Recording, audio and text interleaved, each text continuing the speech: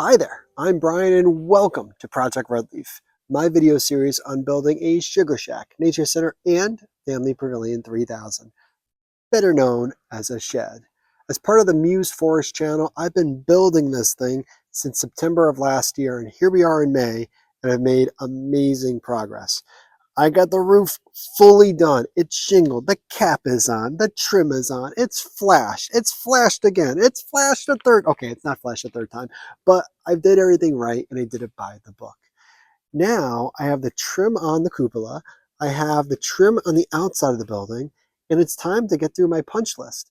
It's Memorial Day weekend in Connecticut, and this weekend it's going to be a washout. It's going to be temperatures are in the 50s and 60s, rain every day. In fact, it's kind of starting to rain right now, so I probably shouldn't be on the roof right now, but here we are. In this video, I'm going to show off the trim that I've done, and I'm going to show off the punch list of what's to come before I get started on the pavilion.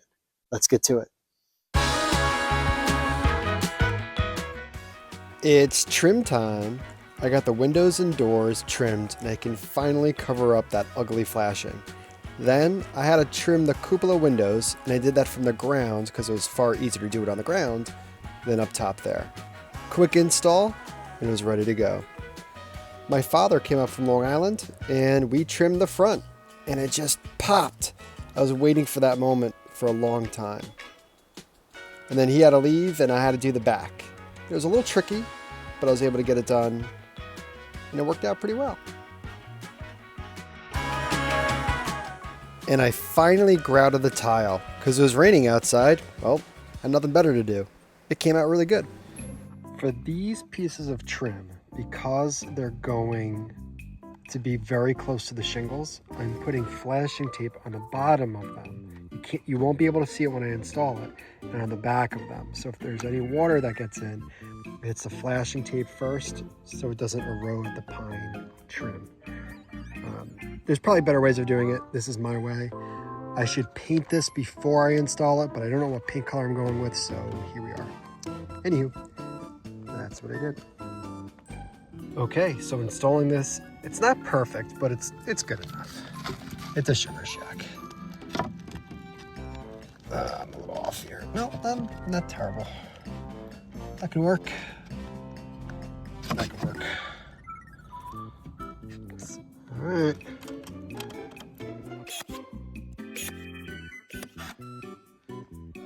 Too bad. I like it. I finished shingling the roof by installing the ridge cap, and it came out great. I covered the exposed nails with sealant, and it was done. I started to put blocking up on the eaves of the rafters. I wish I did this before I put the sheathing and the roof on, but it was raining and I wanted to weatherproof this building as quickly as possible.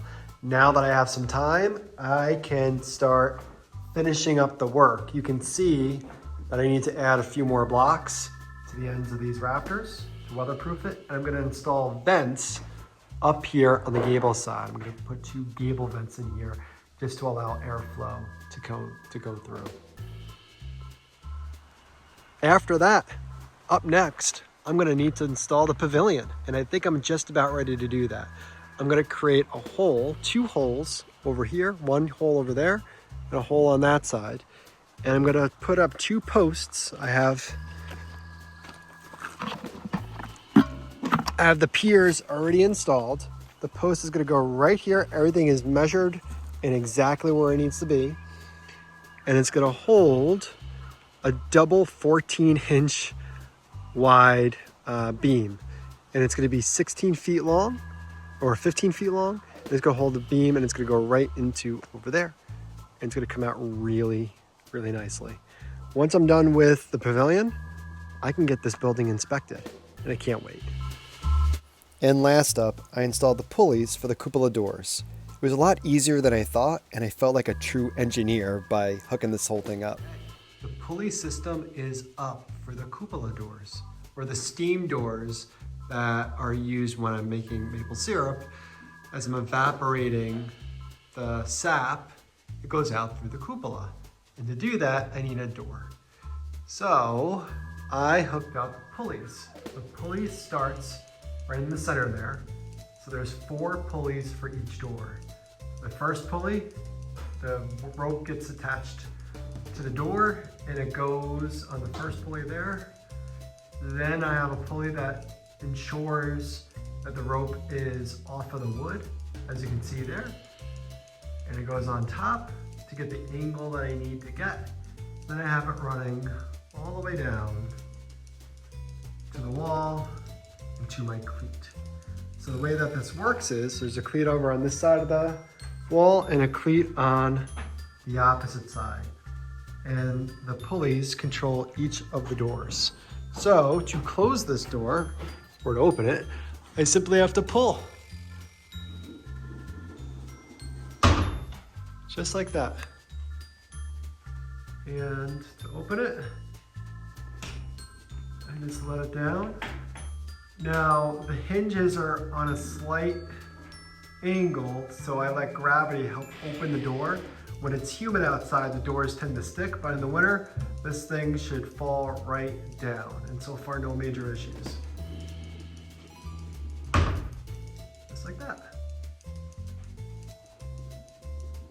Isn't that pretty cool? I think it's cool. And the whole system works, and for me to secure the door, I just put it on the cleat. And that's all there is to it. I'll end it here for this episode. Thanks for following me in my journey, and thanks for watching. I gotta come up with different ideas for these shots. I mean, I've done almost every kind of shot that you can possibly imagine. Hopefully this came out pretty good.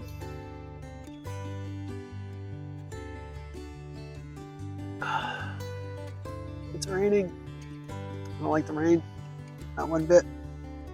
All right, let's do it.